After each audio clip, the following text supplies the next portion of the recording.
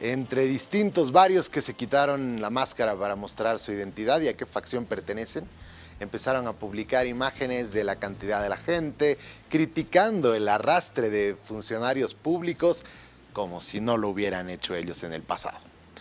Vamos a saludar a nuestro analista a continuación, Carlos Saavedra, analista político, sobre este tema. Buenos días, bienvenido y gracias por atendernos. Jorge Luis, buenos días, un placer estar con ustedes. Bien, a ver, hablemos acerca del Cabildo, que bueno, lo hemos escuchado al presidente de diputados, Jerjes Mercado, decir que es completamente legítimo. Así es. Sin embargo, no ha hablado de legalidad, porque esta era una concentración justamente para mostrar a nivel político la fortaleza, para arroparse de las organizaciones sociales y para demostrarle a Evo Morales quién maneja o quién está con las organizaciones sociales. Definitivamente hay dos batallas, hay dos espacios a partir de los cuales podemos evaluar, ¿no? Quién está saliendo triunfador en esta batalla interna del movimiento al socialismo. Y estas dos batallas son la legitimidad y la legalidad. Vamos por la primera. En términos de legitimidad, personalmente creo que ha sido una victoria contundente para el presidente Arce. ¿Por qué? Porque si usted compara las dos fotos, el Cabildo del Alto versus el Congreso de la UCAeñe, en una ha habido una participación multitudinaria. Yo no voy a hacer ningún tipo de estimación de gente, pero sí se ha visto presencia de gente y además, ¿no? Se ha visto la presencia muy cercana de las organizaciones sociales que son los entes matrices reconocidos por el Estatuto del Movimiento al Socialismo. Se ha visto al presidente Arce rodeado de organizaciones sociales, la CSUCB, la COP, la Federación de Interculturales y la Federación de Mujeres Campesinas Bartolina Sisa, fundamentalmente, además de otros sectores como los mineros. Si usted compara eso con la UCAeñe, hay definitivamente una gran diferencia, porque en la UCAeñe había 8 anillos de seguridad para que no ingrese la gente que no estaba acreditada por el sector radical, ¿no? Se realizó un congreso en un coliseo mucho más pequeño, ¿no? Y además se denunció la falta de participación de las organizaciones sociales. Entonces ahí la crítica fue de que el expresidente Morales hizo un congreso a su medida, con sus exministros y con muy pocos dirigentes afines a él. Entonces, en términos de legitimidad, creo que definitivamente Evo Morales está quedando aislado.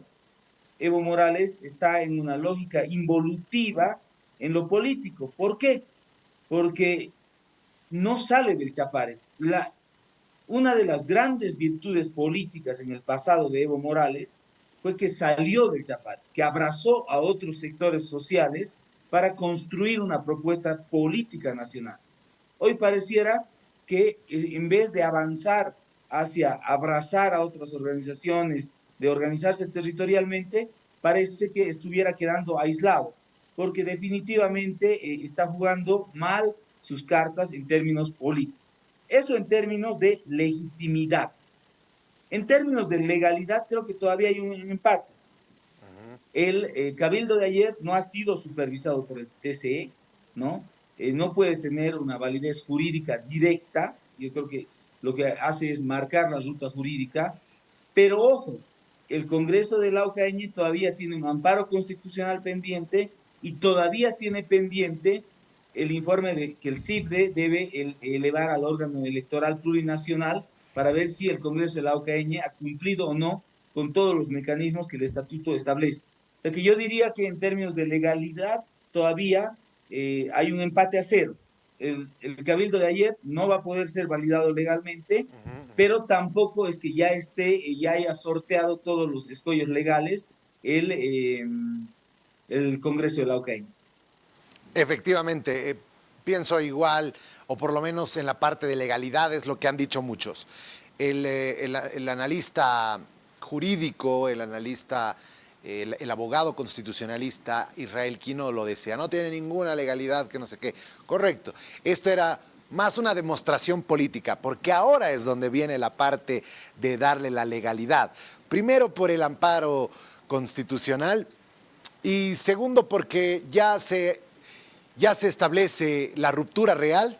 Ayer creo que finalmente se ha identificado que no era lo que decían algunos comentadores, que esta era una pequeña pelea, que iba a tener una posición corta y que es muy probable verlos a futuro nuevamente unidos. Y a pesar de eso todavía hay algunos que dicen, ¿será que de verdad están divididos? ¿Tú qué dices frente a esa pregunta? Bueno, yo creo que hay heridas muy profundas. Creo que todas las señales políticas que se han dado es de que existe una verdadera y real división. Y ahí, Jorge Luis, no es una división porque un ala o el otra tengan visiones o miradas distintas de la economía, de la política, del futuro del país. Es que definitivamente hay una ambición personal de poder del expresidente Morales por volver, como sea, a ser presidente. Y creo que esta ambición de volver a la presidencia ha generado un ruido, ha generado una ruptura al interior del movimiento al socialismo, porque según los mismos actores políticos dijeron, de candidaturas se iba a hablar recién en el 2024, que me parece lo más sensato. Electoralizar un país 2 años antes, proclamarse candidato 2 años antes, no le hace bien a absolutamente nadie. Pero no lo ha entendido así el expresidente Morales y quiere electoralizar el país faltando 2 años. Entonces, definitivamente yo creo que hay un quiebre real, creo que hay una fractura real, porque hay sectores que definitivamente quieren eliminar a la otra facción porque consideran que puede ser su real y verdadero escollo para llegar al poder. Entonces yo creo que la división es real, que está cada vez más profunda. No me animo a decir que sea para siempre, porque en este país, como dice la Pero hasta célebre frase, se han 2025 cruzado sí, por lo ríos de menos. sangre, ¿no? Claro, pero Pero hasta 2025 es muy probable que no haya una alianza para las elecciones del 2025. Casi que lo podemos cantar.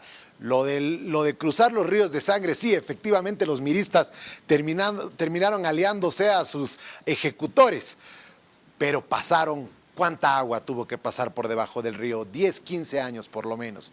Esta fractura de 2 años va a tomar un poco más de tiempo, según puedo percibir. Ahora, pasemos al rol de la oposición, a comunidad ciudadana, creemos. Hay un dicho que dice, si tus enemigos se están peleando, no debilites a uno, debilítalos a los dos. O bueno, también puedes mirar de palco. ¿Cuál será el rol de la oposición ahora?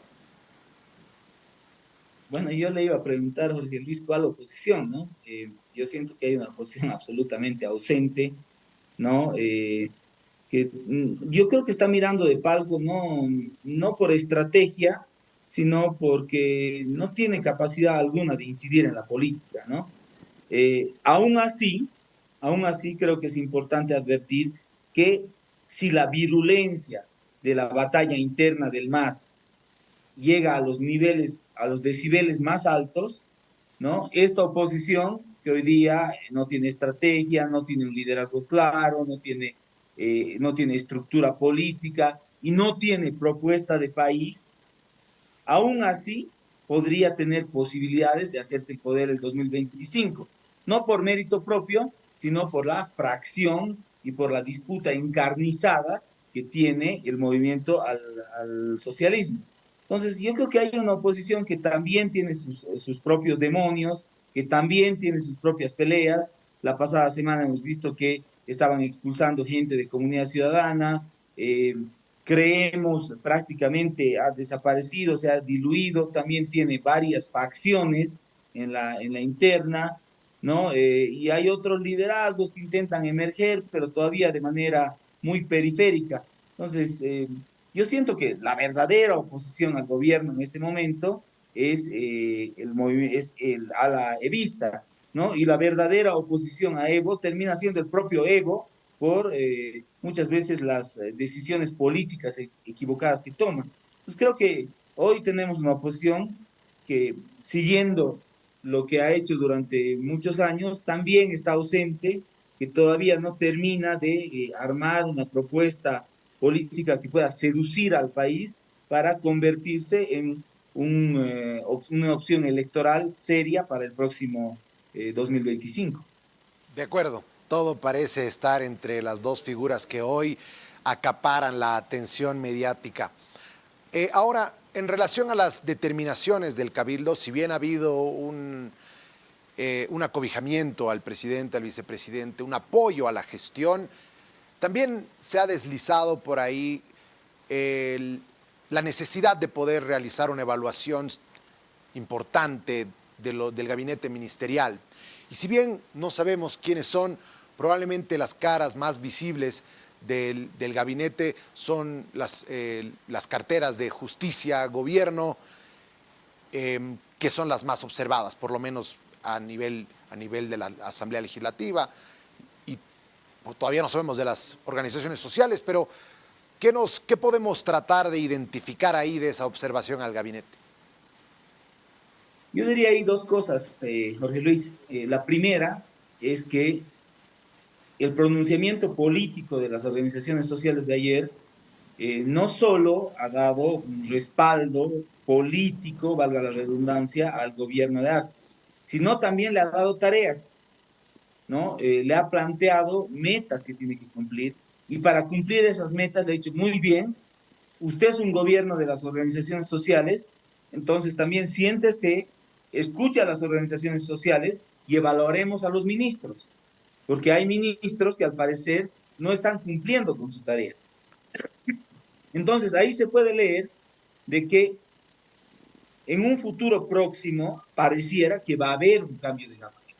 Y en ese cambio de gabinete, la mirada y la evaluación y posiblemente las propuestas de las organizaciones sociales también tengan un peso, ¿no?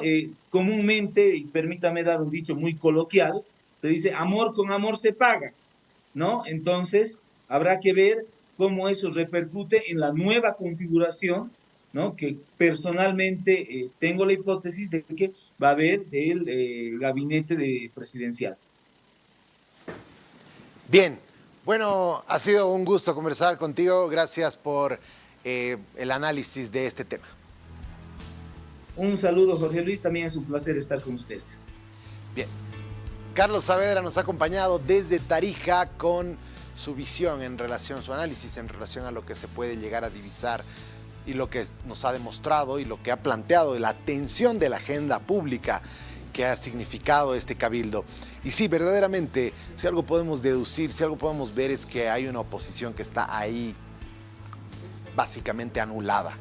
Y la atención con un tuit a veces la genera Evo Morales y claro, Luis Arce con todo el aparato estatal y con su investidura también genera toda la atención como la que hemos visto, ese cabildo. Pero hay una diferencia. El presidente Luis Arce es mucho más calmo en relación a referirse a Evo Morales. Él no ataca a su familia. El presidente Luis Arce no está persiguiendo a los colaboradores de Evo Morales. Y no va directamente a atacar a su familia. No lo escuchamos en situaciones públicas siquiera mencionarlo. Sencillamente lo deja hablar. Y ahí está el presidente el expresidente Evo Morales ladrando casi a diario y todos los fines de semana en su programa Radio Causachuncoca lo escuchamos decir barbaridad y media a veces en relación a la gestión, en relación al presidente Luis Arce, y lo ha convertido ya en un tema personal, atacando al hijo del presidente.